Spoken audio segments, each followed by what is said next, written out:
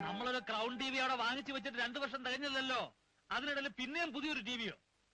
No. അമേരിക്കയിൽ മാസാമാസം പുതിയ തരത്തിലുള്ള ടി വി ഇറങ്ങുന്നതല്ലേ? TVC-ന്നോ KVC-ന്നോ?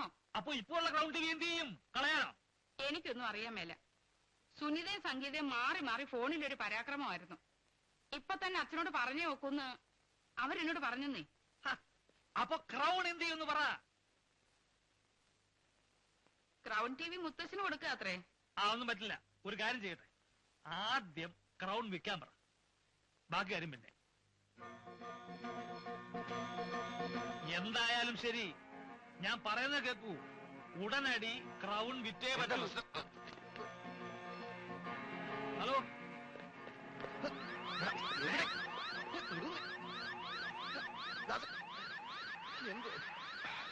എന്തോന്നാ ഇത്?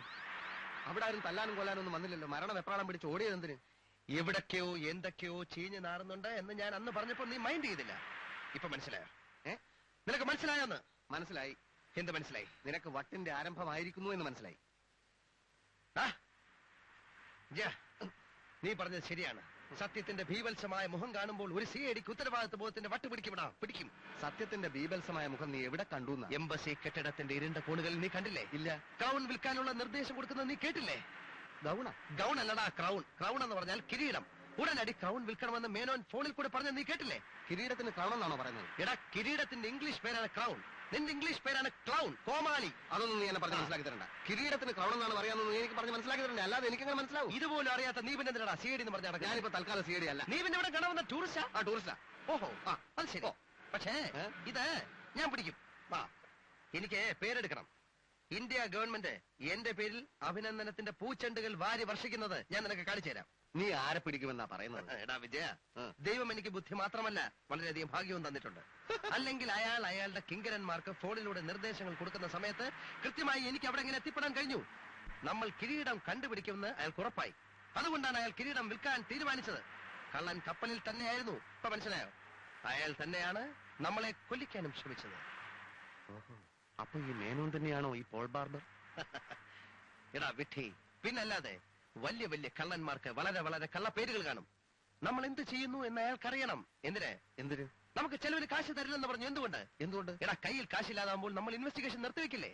ഓഹോ, എന്നാൽ ഇപ്പൊ തന്നെ പോയി അയാളെ അറസ്റ്റ് ചെയ്ത് കസ്റ്റഡിയിലെടുക്കാം. എടാ മണ്ട, എല്ലാ തെളിവുകളും ശേഖരിക്കാതെ അയാളെ അറസ്റ്റ് ചെയ്യാൻ പറ്റില്ല. എന്ത് തെളിവ്? നല്ല 4 ഇടി കൊടുത്ത തത്ത പറയും പോലെ അയാളെ കൊണ്ട് സത്യം പറയിപ്പിക്കാം. ഇത് ഇന്ത്യയല്ല. അയാൾക്ക് എന്തൊക്കെ സന്നാഹങ്ങളുണ്ടെന്ന് ആർക്കറിയാം? പിന്നെ എന്ത് ചെയ്യുന്ന നീ പറയുന്നത്? കക്കാൻ വന്നപ്പോ കമ്പി കൊണ്ട് അയാളുടെ മുതുകിന് താഴെ ഒരു മുറിവുണ്ടായിട്ടുണ്ട്. മാത്രമല്ല, അയാളുടെ ഷർട്ടിന്റെ ഒരു കീറിയ കഷ്ണം തുണിയും നമ്മുടെ കയ്യിലുണ്ട്. 2 സുപ്രധാനമായ കാര്യങ്ങളാണ് നമുക്കറിയേണ്ടത്. ഒന്ന്, അയാളുടെ മുതുകിന് താഴെ കമ്പി കൊണ്ടൊരു മുറിവുണ്ടായിട്ടുണ്ടോ എന്നും, നമ്മുടെ കയ്യിലുള്ള കഷ്ണം തുണിയുടെ ബാക്കി ഭാഗം അയാളുടെ കയ്യിലുണ്ടോ എന്നുമാണ്. ഇത് രണ്ടും അറിഞ്ഞു കഴിഞ്ഞാൽ ഉടൻ നമുക്ക് അയാൾ അറസ്റ്റ് ചെയ്യാം. ദ്രോഹി, രാജ്യത്തിന്റെ കാൽവഴ നടക്കുന്ന തെണ്ടി, രഘുപതി രാഘവ രാജാറാമും ജനഗണമനയും പാടുമ്പോൾ അറ്റൻഷനായി നിൽക്കുന്ന ഇയാൾ തന്നെയാണ് ചേർന്ന് ഓർക്കുമ്പോൾ വിജയ എനിക്ക് ഇപ്പൊ മുതൽ നമ്മൾ ഡ്യൂട്ടിയിലാണ്. We are starting our investigation. Okay,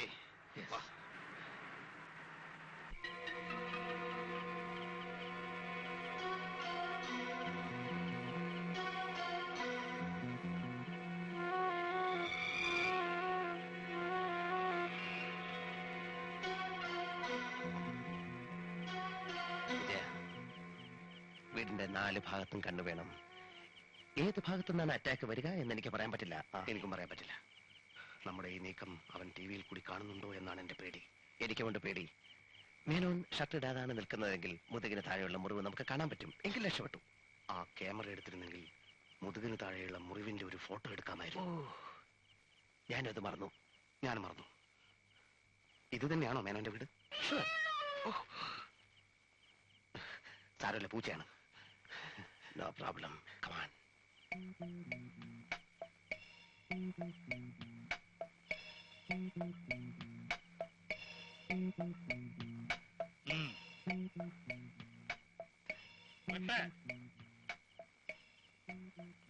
കൈവെട്ട്, രണ്ടിനെയും വെട്ട്. വിജയ, അകത്താരുടെയോ കൈ വെട്ടുന്നു. അയ്യോ,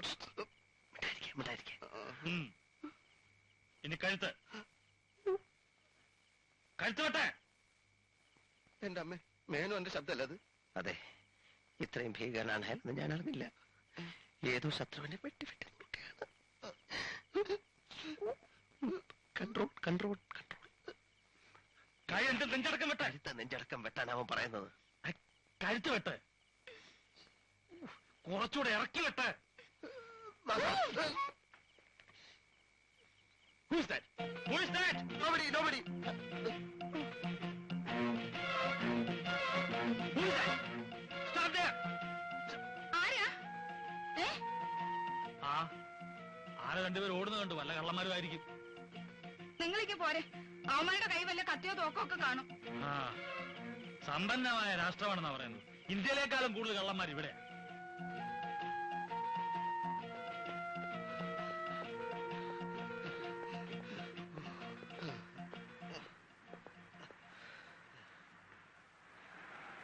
സ്വന്തം വീട്ടിനകത്ത് വെച്ച് മനുഷ്യരെ കൊന്നൊടുക്കുന്നവൻ ഭയങ്കരൻ തന്നെ വിജയ, ഭയങ്കരൻ തന്നെ. അവൻ നമ്മളെ ചേസ് ചെയ്യൂ. എനിക്കതല്ല അത്ഭുതം. അവനെ കണ്ടുപിടിക്കാമെന്ന സിഐഡികളാണ് നമ്മളെന്ന് അറിഞ്ഞിട്ടും നമ്മളെ അവൻ തട്ടായിരുന്നത്. നീഗ്രോളെ വിട്ട് തട്ടാൻ നോക്കിയില്ലേ? അതൊരു തവണ. പിന്നീട് അവനൊന്നും ചെയ്തില്ലല്ലോ. നീ വിചാരിച്ചാൽ അയാളെ പിടിക്കാൻ പറ്റില്ലെന്ന് അയാൾക്ക് വ്യക്തമായി മനസ്സിലായി കാണും. പിന്നെന്തിനും തട്ടണം? ഓ, നീ വലിയ കഴിവുള്ള സിഐഡി ആണല്ലോ. എന്നിട്ട് നിന്നെ തട്ടിയില്ലല്ലോ.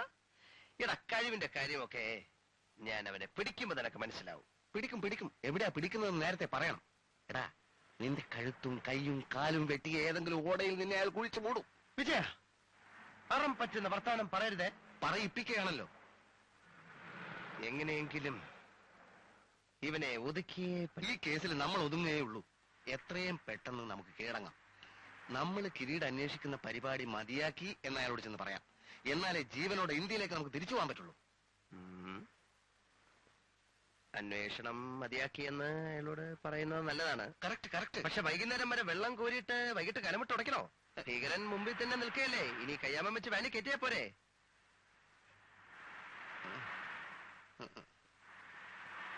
തെളിവോടെ പിടിക്കണമെങ്കിൽ ഇപ്പൊ തന്നെ നമുക്ക് അമേരിക്കൻ പോലീസിന് വിവരം അറിയിക്കണം.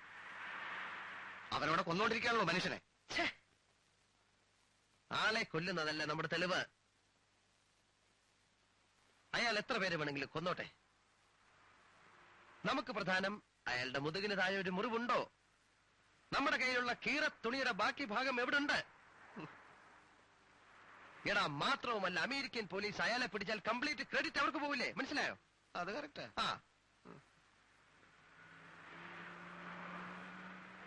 അതുകൊണ്ട് നാളെ രാവിലെ നമ്മൾ എംബസി ചെല്ലുന്നു. ജീവൻ പോയാലും നമ്മൾ ഇനി കിരീടം അന്വേഷിക്കില്ലെന്ന് അയാളെ ബോധ്യപ്പെടുത്തുന്നു.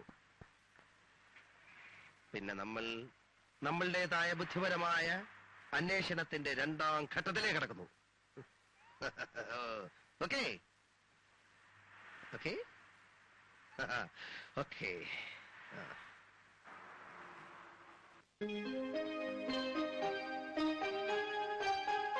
ഇന്ത്യ ഗവൺമെന്റിനെ തൊലയ്ക്കാൻ തന്നെ താരക്ക് ഇറങ്ങിയിരിക്കുന്നത്. സാർ എന്തൊക്കെ പറഞ്ഞാലും കിരീടത്തിന്റെ കേസ് ഞങ്ങൾ അന്വേഷിക്കുന്ന പ്രശ്നമേ ഇല്ല, അല്ലേ? അപ്പോ പിന്നെ ഇത്രയും പണമൊക്കെ മുടക്കിയതോ? സുഹിക്കാൻ. സാർ, കിരീടം മോഷ്ടിക്കുക, കള്ളക്കടത്ത് നടത്തുക, കൊലപാതകം ചെയ്യുക എന്നൊക്കെ പറയുന്ന വലിയ തെറ്റൊന്നുമല്ല, അല്ലേ? വ്യവസ്ഥിതിയുടെ തകരാറ് മൂലം മനുഷ്യൻ ചെയ്തു പോകുന്നതാണ്. അത്തരം ആളുകളെ ശരിക്കു പറഞ്ഞാൽ എനിക്ക് വളരെ ബഹുമാനമാണ്. നിനക്കോ? എനിക്ക് വലിയ ബഹുമാനമാണ്. ഈ തോന്നിവാസത്തിന്റെ ഫലം നിങ്ങൾ അനുഭവിക്കും. ഞാനിപ്പോൾ തന്നെ സെൻട്രൽ മിനിസ്റ്ററെ ഇൻഫോം ചെയ്യും. ആരെവിടെയും ഇൻഫോം ചെയ്തു. നാട്ടിൽ തിരിച്ചെത്തുമ്പോൾ ഡിസ്മിസൽ ഓർഡർ ആയിരിക്കും നിങ്ങൾക്ക് വേണ്ടി വെയിറ്റ് ചെയ്യുന്നത്. വളരെ സന്തോഷം.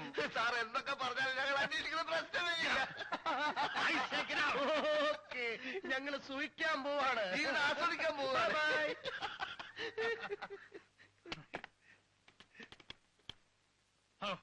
Get an immediate call to Delhi. It's very urgent.